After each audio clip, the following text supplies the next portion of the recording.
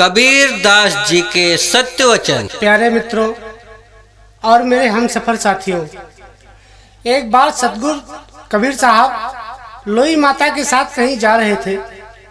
रास्ते में कबीर साहब ने क्या देखा कि रास्ते में कुछ चांदी के सिक्के पड़े हुए हैं। कबीर साहब सिक्कों को देखकर सोचने लगे कि कहीं इन सिक्कों को देखकर लोई की नीयत ना खराब हो जाए। पड़े हुए सिक्कों को मिट्टी से ढकने लगे। तब लोई माता ने जब ढकते हुए देखा, लोई माता ने कबीर साहब से कहा कि आप मिट्टी को मिट्टी से क्यों ढक रहे हो? ये तो माया है, और माया कब किसकी हुई? इस माया ने तो इस संसार के मनुष्यों को खूब ठगा है। इस माया ने तो सिर्फ नचाने का काम किया है, किसी को कुछ दिया नहीं है। तब कबीर साहब ने जाना कि लोई के विचार तो हमसे भी बड़े हैं। कबीर साहब अपने शिष्यों से हमेशा कहा करते थे कि मैं सच्चे पथ का राही हूं, कह सकता दिन को रात नहीं, ईमान बेच दूं टुकड़ों में, ये मेरे बस की बात नहीं।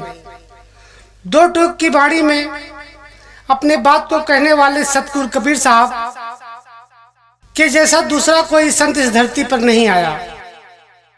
जो एक धर्म, एक मजहब या किसी विशेष जात को मानने वाले संत नहीं थे, वो पूरे मानव समाज को मानने वाले संत थे। वो कहा करते थे कि मानव का धर्म मानवता है, बाकी सब पाखंड है। इसलिए हे सज्जनों, कबीर साहब सत्पुरुष थे, इसलिए आज भी उनके वाणी की सत्यता लोकप्रिय है। उनकी वाणी निष्पक्ष है। उनका चिंतन किसी एक जात या मजहब या समाज या देश के लिए नहीं था। उनका चिंतन सभी जीवों पर दया करना था। विद्वान लिखते हैं, कबीर साहब हिंदू मुस्लिम के समर्थक थे, और इस बात का प्रमाण है कि आप लोग कभी मगहर जाना तो देखना, वहाँ एक तरफ कबीर साहब की मजार बनी है तो एक तरफ उनकी समाधि बनी हुई है। कबीर साहब का सभी गुरुओं और साधु समाज के लिए हमेशा ये संदेश रहा है कि साधु ऐसा चाहिए जैसा सूप सुभाए, सार सार को गह रहे, थोथा देत उड़ाए। यानी जैसे सूप का स्वभाव होता है कि अच्छे अनाज को अपने अंदर रख लेता है और कूड़ा करकट को नीचे गिरा देता है। साहब कहते हैं कि साधु वो है जो साधना करने वाला हो, जिसका मन और सारी इंद्रियां जिसके बस में हो, जिसके चेहरे पे साधना का तेज हो, वो साधु है। वो साधु नहीं है जो गिरुआ बस पहनकर थाली लेकर दुकान दुकान एक एक रुपया का चंदा मांगता हो। इसलिए आप लोग उसी से ज्ञान की दीक्षा लो जो ज्ञानवान हो, ध्यानवान हो, चरित्रवान हो, गुणवान हो। क्योंकि ज्ञान लेना और ज्ञान देना दोनों ही बड़े जिम्मेदारी का काम होता है।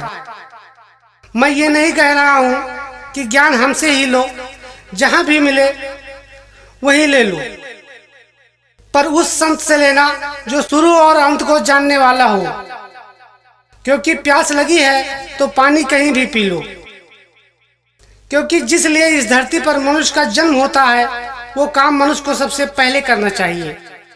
क्योंकि जिंदगी का कोई भरोसा नहीं, प्राण कब निकल जाए। गुरु नानक देव जी कहते हैं कि जिस बखर नु लेन तू आया, सो बखर संतन घर पाया। यानी हे मानो, जिस धन की तलाश में तू इस संसार में आया है, वो धन तुझे संतों के घर मिलेगा। क्योंकि ये जीव तरह तरह की योनियों के दुखों को भोग कर मनुष्य का तन मिला है, तो मनुष्य का तन मोक्ष का दरवाजा है। मनुष्य के तन में ही मोक्ष को प्राप्त किया जा सकता है, जिससे इस जीव को दोबारा जन्म नहीं लेना पड़ता। एक शायर की बात याद आती है कि बिना लिबास के हम आए थे इस दुनिया में, सिर्फ एक कफन के लिए। इस जीव को इतना सफर करना पड़ा सिर्फ एक कफन के लिए।